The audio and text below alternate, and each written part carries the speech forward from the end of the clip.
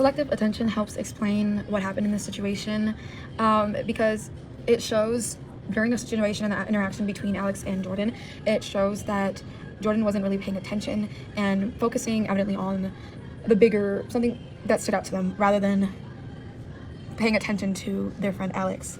Selecting, organizing, or interpreting might have gone differently for Jordan, by having them believe that they were fully paying attention and they weren't distracted entirely, that they were just distracted for a mere second and they would listen to the whole thing. Versus Alex could be thinking that Jordan wasn't paying attention at all and didn't care or bother to care about Alex's feelings or Alex's story.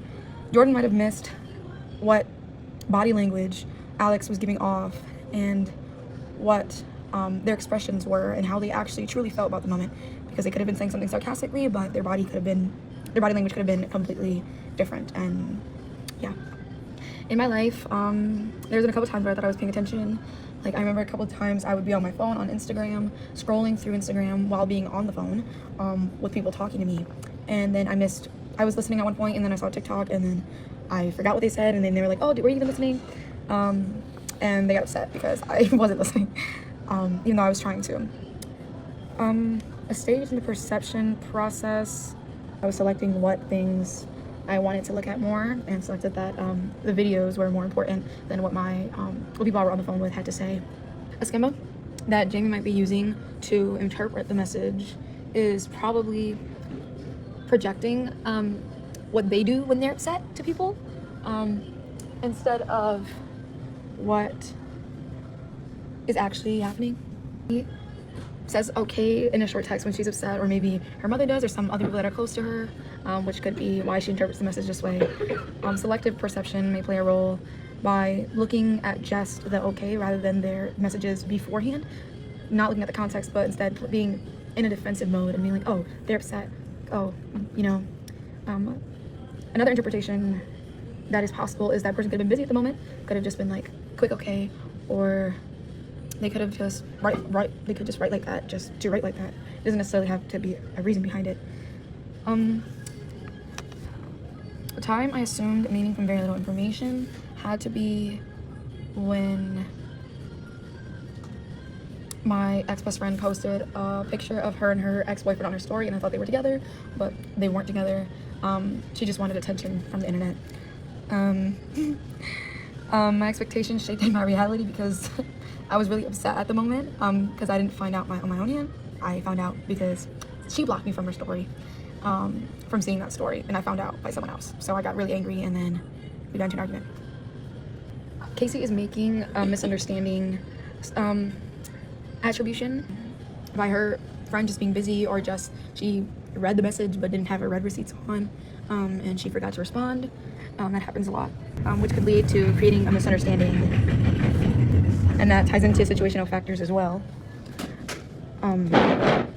Through, like I said, her being busy, an attribution about getting upset that my girlfriend said I'm always rushing things. I got really defensive, and in order to protect my self-esteem, I got back at her by saying, well, you're not quick enough, you always have no sense of urgency, and that made the situation worse. She was just talking about something entirely different instead of what I was making. So yeah, I was missing the fact that she was talking about me rushing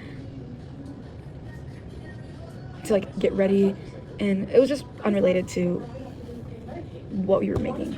Concept might influence this situation because they see themselves as someone who is not as intelligent possibly, or they probably took a lot of courage to put their input and just immediately went to, oh, I'm not good enough.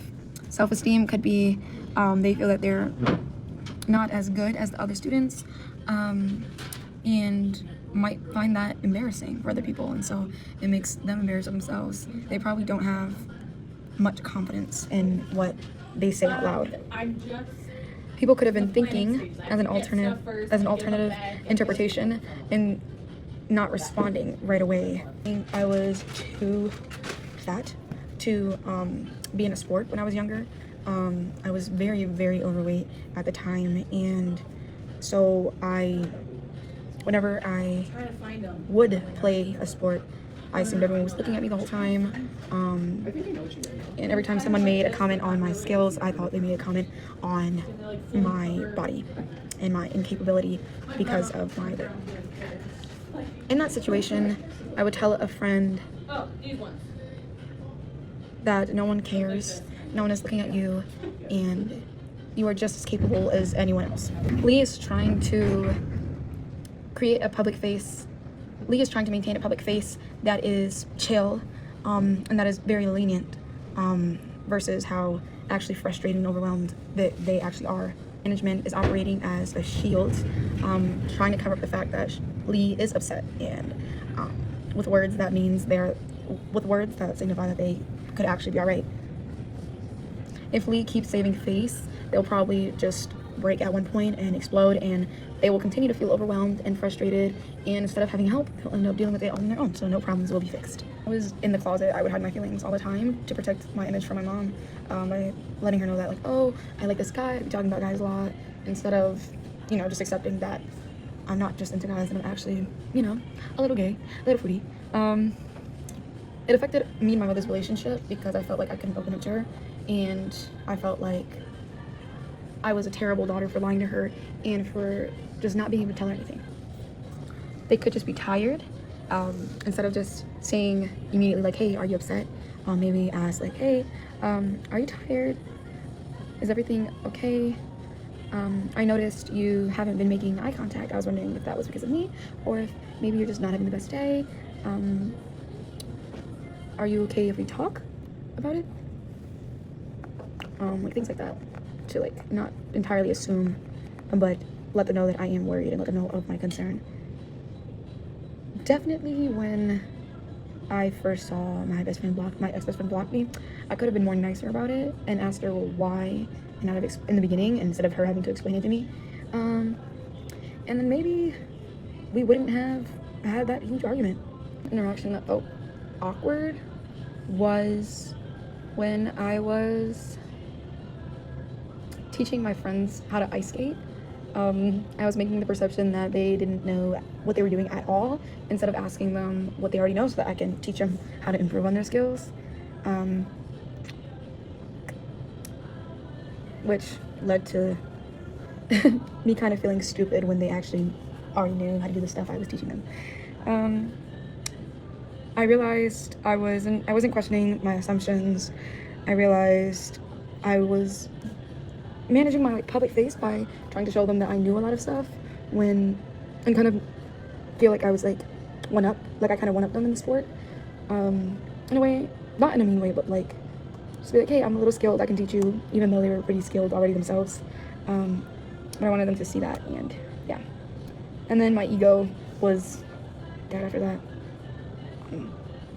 A small change I might make is to actually ask about what they know so that I can help them improve on it rather than just telling them stuff they already know. Yeah.